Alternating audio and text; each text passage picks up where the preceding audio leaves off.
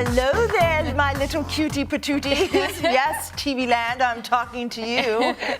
Well, welcome back to Arise and Shine. You know, earlier this week, we taped an interview with rock and roll photographer Gene Shaw, whose new book on legendary axeman Eric Clapton, is chock full of candid close-ups of some of the most famous musicians in the world. So let's have a look, shall we? Gene Shaw is here to share his new book with us, Journeyman, Eric Clapton, A Photographic Narrative. So welcome, Gene. Thank you so much. Thank you for having me on your show. We're so excited. So you've had such an interesting career. How did you first get into photography and become a photographer? Well, I forged my birth certificate, actually, when I was 17, and Nice. I was selling beer and wine at the Palladium. Oh. And then I graduated to work in security. So I'm sitting on stage seeing all these great rock stars. I go, shouldn't you be doing something with this access?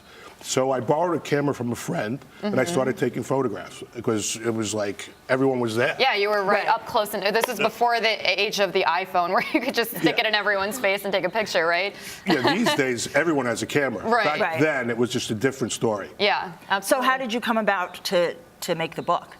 How did that Well, inspire? I've been photographing Eric Clapton for 31 years, Wow. and I just had this spiritual thing come about saying, you should actually do something with these photographs. So, Right. I sat down, I started scanning them, putting it together, and then I saw a friend who said, the pictures are great, but you need to have a story Wow, with those it. are great. So then I decided, okay, let me sit down and think about these stories that happen actually at the different events. So my thing was to actually bring the reader to the concert. Like I take them on the train station in the 80s with all this mad graffiti and all the break dancers there. And I wanted to say, okay, this is how I went to the concert. Right. And then I come upstairs, I go to Madison Square Garden, and there's all these people selling T-shirts and loud Irish bars. So when you look at that iconic picture of the graffiti of Eric Clapton, what happens for you? Like, what do you think of that? Well, back when Clapton was God, he was God. It was like, you know, he was it. You know, at that point in time, he was the premier guitar player. Right. So it just made sense that they would sort of tag him as God. He's it. He's still, at this present day, one of the best guitar players, if not the best guitar player, living at this point. Yeah, and what I think is really interesting about the book is kind of what you were saying, that you were able to bring readers on this journey to go to the concerts, because a lot of people were a fan of his, they considered him a legend, but they didn't get to actually have real life access to him or attend a concert. So it's kind of neat because they can see these pictures and sort of go on the journey like you went with him, which is great. You mentioned, you know, that he is kind of like a god. How did you choose to focus on him instead of other sort of guitar legends? Well, I grew up in Brooklyn, actually Williamsburg, which is the hipster capital of America right now. Right. And at that point in time, in the late 70s, there was no MTV. It was basically... There was a world before MTV. I know, right? I can't believe it. I grew up in that world, Priya. So at that time period, everyone had their favorite guitar god. So you go to someone's house, they'd be playing Jimmy Page, another person would be playing Richie Blackmore, and my friend Joey, was like, I want you to listen to Eric Clapton. So I went into his class, ECU 101, and he would play Cream, Derek and the Dynamos.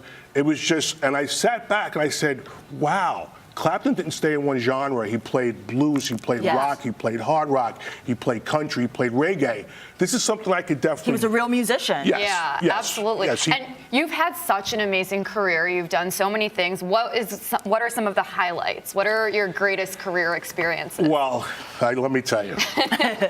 I went to the Apollo and in '93, and B.B. King was being inducted, and we went up to this cafeteria, and in the cafeteria, there was B.B. King, Eric Clapton, Buddy Guy, Albert Collins, and Jeff Beck practicing, and I was this close. And I'm there going against the wall going, I feel like a fly on the wall. Yeah. And I said, let me wake up and get these pictures.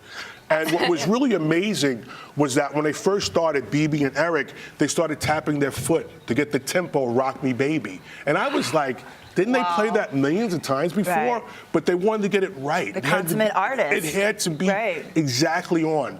And from that moment on, I knew they didn't take anything for granted. They played, and it had to be right. So something that I find, interesting, you know, here you are, you're this African-American black photographer who's in this predominantly white world of photography and in rock and roll. Yeah. How did you feel? How did you, what did you have to navigate? Well, to be honest with you, I played ice hockey, so that was a big Right, world so to there it begin is. with. Right. But yeah, in that world, I've always felt I had to be at the top of my game. It's Right. like when I go out, I want to capture a photograph that would stand out, because at that point in time, there was slides on a slide box as opposed to on the internet now. And I wanted my image on that light box when the editor saw it, say, that's it. That's it, and that's what I strive for. And everything I do, that I come back with the bacon. I got to come back with the right stuff. Right, Or it and means you nothing. did it. So you obviously had amazing access to Eric Clapton. You kind of followed him for decades. I mean, what is he like? He's really nice, really mellow, unassuming, just a really nice guy to deal with. It's just always been a pleasure to be around him. Always been a pleasure. Well, I'm glad. Yeah. I'm glad you're here. I'm glad that you're coming out. Where can we get the book? Yeah. You can find a book at Barnes & Nobles. You can find it at Amazon.com and Dover Publications. Great. And also we can check out your website, jeanshaw.com, right? Please do. Please do. Thank you so much for stopping by. Thank you for having me. Thank you.